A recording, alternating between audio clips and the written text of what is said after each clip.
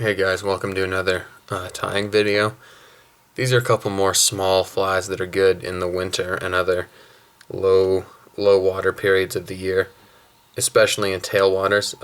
I use them most of the time in tailwaters during times like now when it's winter and the flows are down and the fish are a little more picky. So this first one is called a WD-40, and it can be taken for either a midge pupa or a baetis nymph, and you can tie it in a couple different sizes. This one's a size 20 on a size TMC or a TMC 2488 hook. So I'm going to start this. This is going to be a dark brown version. I tie them also in olive and gray and black. So I'm just going to start my dark brown thread right behind the hook eye there, and then I'm going to take this is Mallard dyed wood duck gold. So I'm going to take off a little bit bigger clump than you would think for such a small fly, and I'm going to kind of get them all like that, get all the fibers like that, and then I'm going to break all the tips off in my fingers so that they're still jagged. I don't want to cut them because I want them to look a little bit jagged, but by breaking them off you make them a little more sturdy instead of the super thin wispy tips that are there naturally. So then I'm just going to tie that in, and I'm going to eyeball it up so that the tail is about a shank length long, maybe a little bit shorter. And now I'm just going to wrap a smooth thread body down to a little bit behind the barb of the hook, and then I'm going to start wrapping forward again. And I'm going to keep it nice and smooth, maybe build up a subtle little taper there, but you see there a really thin body. Then what I'm going to do is I'm going to grab these fibers and I'm going to pull them back and tie at about the 70% point. And now I'll just grab a little bit of Superfine dubbing. This is the Mahogany color, and I'm going to dub that on there. I'm just going to give myself a little thorax here. So I'm going to dub that on there. Not a really big thorax, you see, that's a little messed up there. And in fly tying, always, if you make a mistake, you can always go back and undo it. There's no sense in throwing a fly that you're not happy with. So I'm going to go ahead and put a little bit more on here just to kind of smooth everything out.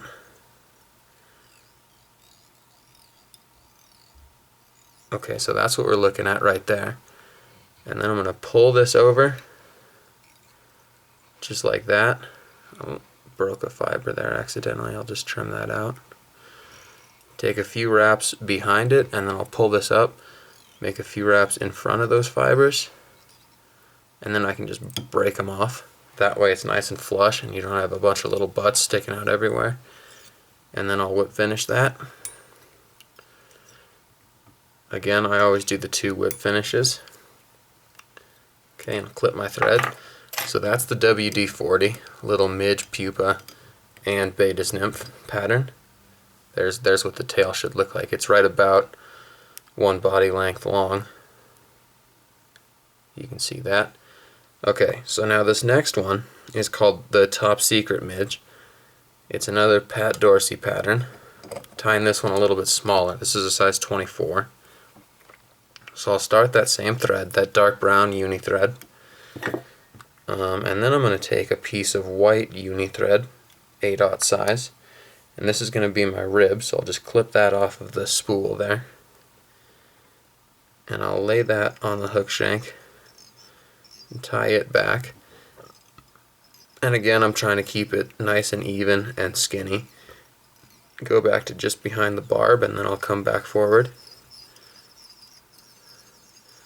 Nice and thin. Not really much of a taper on this body. It's pretty level. Then what I'll do is I kind of spin that thread a little bit to cord it up, keep the rib more defined, and then I'll just wrap this forward about 5 or 6 times. Oops. That happens sometimes when you cut your piece of thread too short like I did. So I'll just cord it up and I'll wrap that rib forward.